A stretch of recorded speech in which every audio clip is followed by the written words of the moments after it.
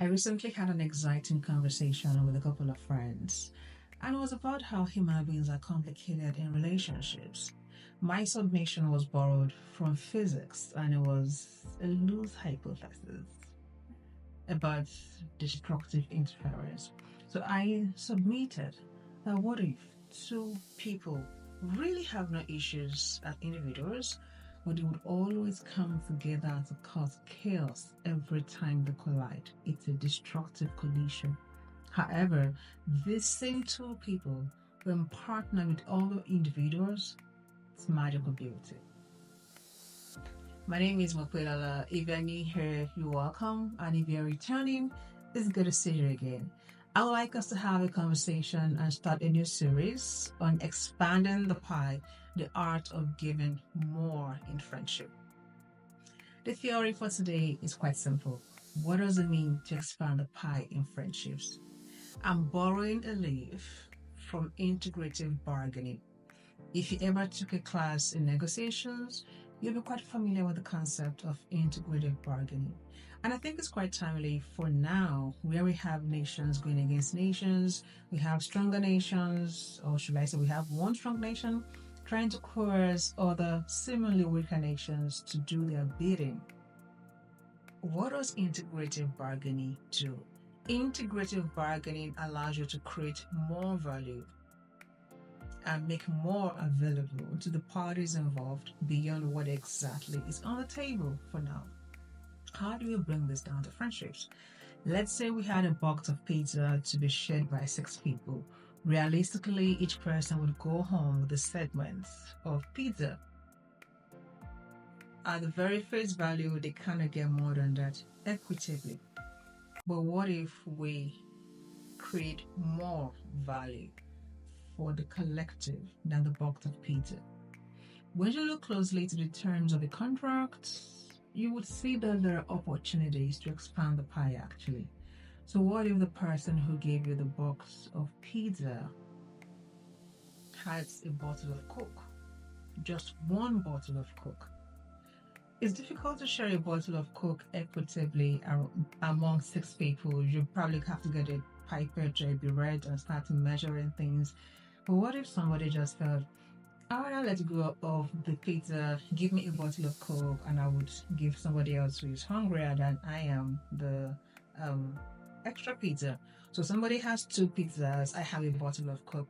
Now, that wasn't in the face of the contract. The primary instruction was to share the box of pizza among 6 people. But because the 6 people came together to have a conversation, to have an understanding, they found somebody who is hungrier and somebody who is less hungry. Someone like I am. I don't like pizza. So if I'm to share pizza with you, you probably just have my share and I'll probably just go hungry. But there was a bottle of Coke somewhere that on the close examination of the contract, they were able to create a win-win situation where the hungrier person had 2 pizzas or 2 segments of pizza, and the less hungry person who just wanted sugar had the bottle of Coke, and the other people who are comfortable with just having that segment of pizza and no Coke had what they wanted. In integrative bargaining, each party gets the best value for themselves without feeling cheated.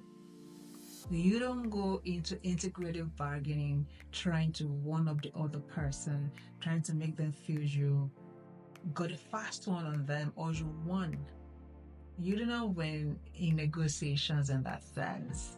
If you want to commit the parties involved to follow through on the agreement you made, you don't go in there trying to win and then lose. Now, what is the alternative to integrative bargaining in friendships? You have the give and take model.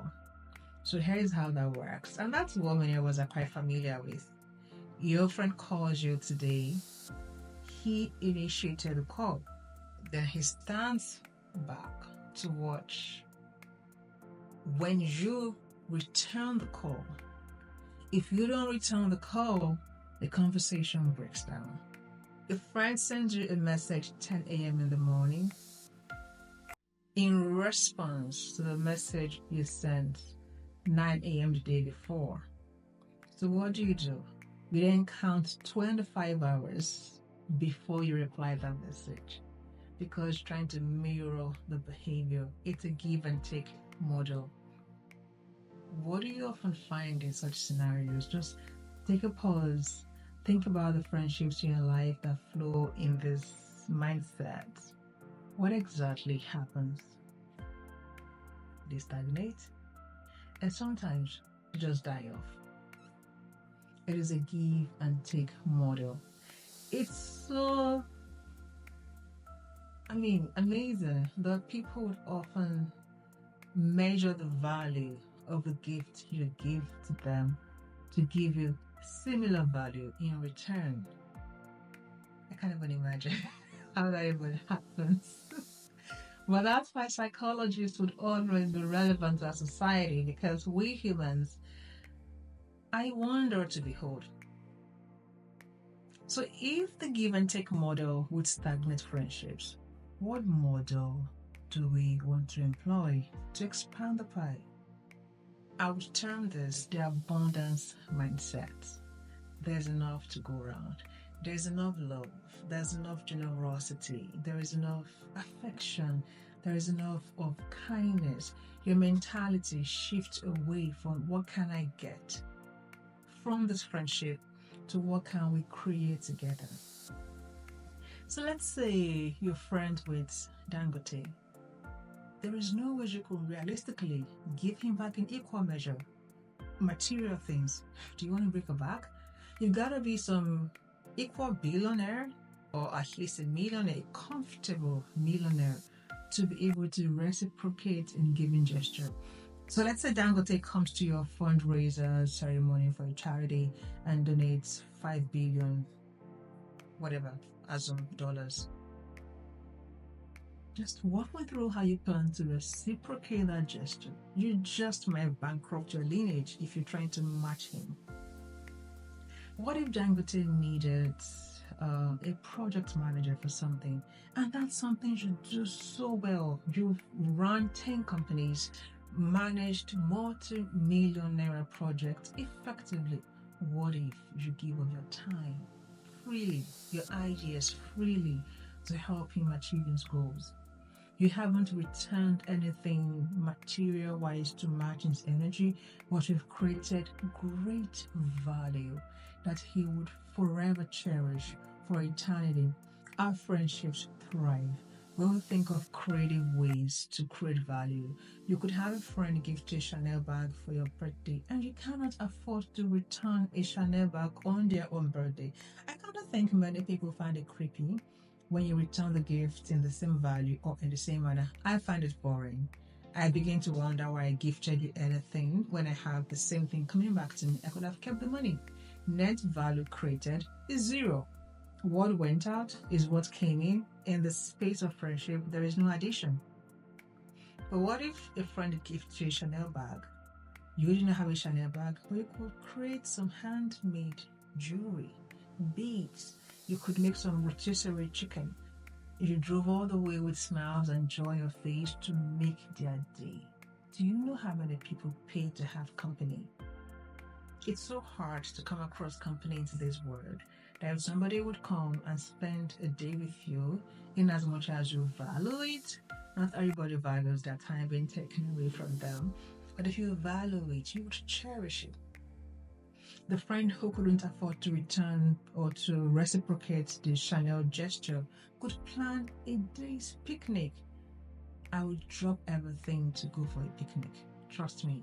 I would drop all the Chanel bags to go for a picnic in a nice garden, well put together. And it doesn't cost the same as the value of a Chanel bag.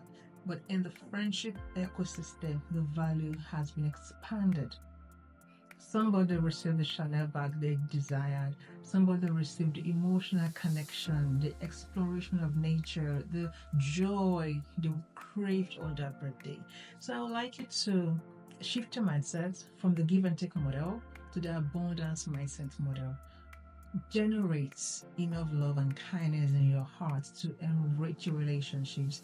I find it easier to love than to harbor bitterness, or will I say hate, or to begin to plot how to reciprocate what somebody did for you. How do you even do that? Do you open a spreadsheet and put someone's name, what they did on XYZ date, how I would return it? That is productive energy misused and misplaced. So I would like to challenge you. Look into your friendships, think of how to expand the pie. And let's continue this conversation shortly. Have a lovely day. Bye.